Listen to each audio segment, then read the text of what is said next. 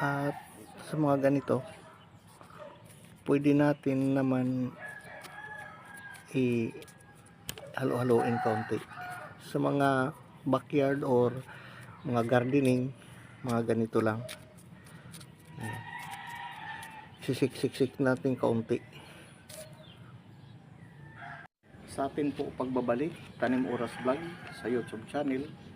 Ang atin ngayon may isi-share ay yung paano magtanim ng cauliflowers. Ito lang gagamitin natin na planting tray or lagayan ng itlog.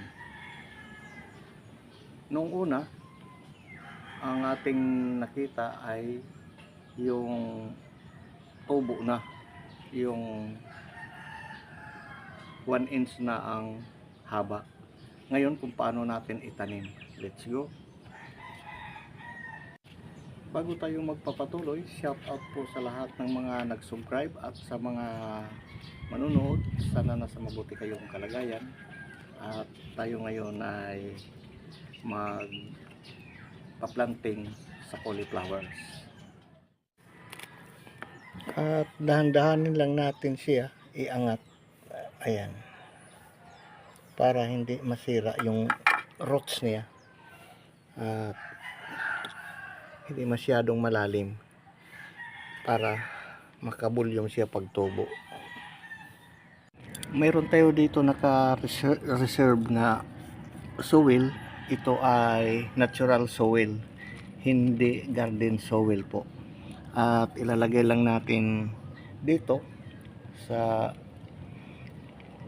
planting tray natin na lagayan ng itlog. At pwede na po ito mapag taniman. Kung makikita ninyo ay mayroon itong ipa ng palay hinaluan, kahit naman wala, basta maganda yung lupa. At dito natin itatanim. Ayan. Ito ay hybrid cauliflowers F1. Dito natin tatanim lang sa itong itlog tray na ating ginawa. Sa pagtatanim naman ng cauliflower ay simple lang yung pagplant natin or itatanim.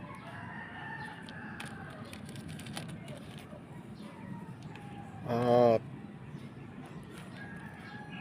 isa-isahin natin ito. Ayan na siya. Marami ang laman dito sa isang sheet or isang piraso. At ayan, nasiksik. Ayan na siya, yung kalalaki. Atin po dito ilalagay at gumamit lang tayo ng stick, ganire. At hindi naman kalaliman. Ito yung mga bato-bato o mga stone pwede alisin. Ayan. At pagkatapos ilagay lang natin ito. Pwede isa-isa. Ayan.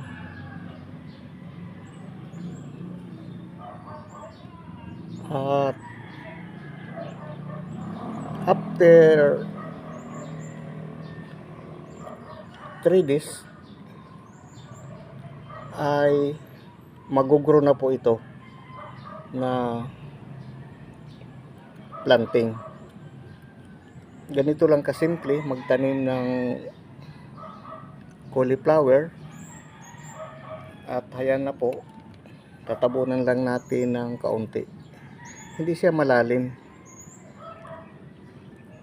Sa mga mahilig po magtanim sa garden, maliban sa iba na malalawak na makikita natin, ito ay akin lang na ideya na dito magtanim. At tapos na po tayo. Ayan na. Hintayin na lang natin na magtubo siya o mag-grow.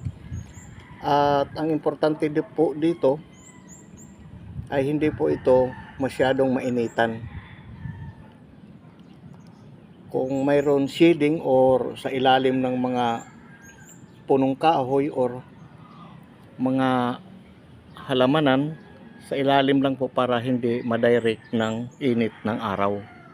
Pag madirect po sa init ng araw, ang pananim ay imposible nga malanta siya. Dapat may shading siya or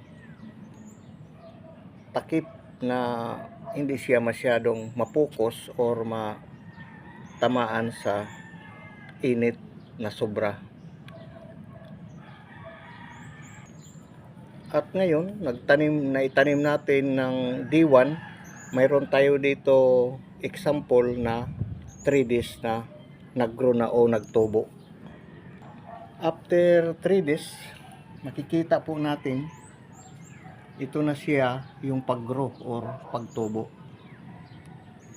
At makikita na mayroon na siya half inch ang haba. Simple lang po maitanim yung cauliflowers simula D1 up to 3 days na ito na ang nakita na mga kanyang pag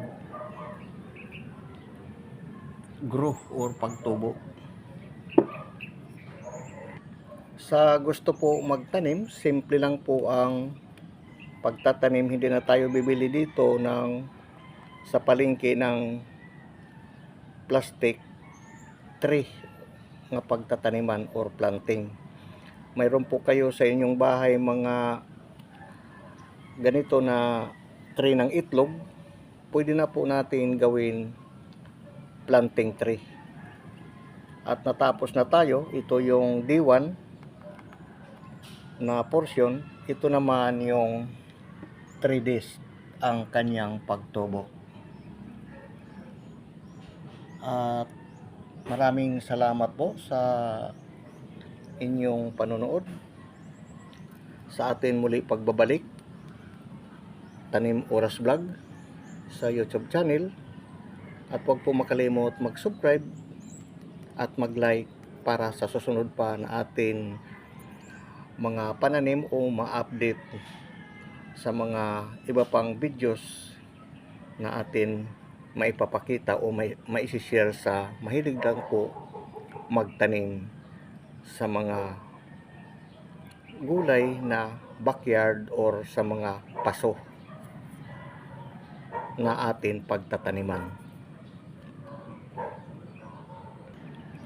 Sa kapaligiran naman ay malamig ang temperatures ng araw at maganda ang panahon, hindi mainit.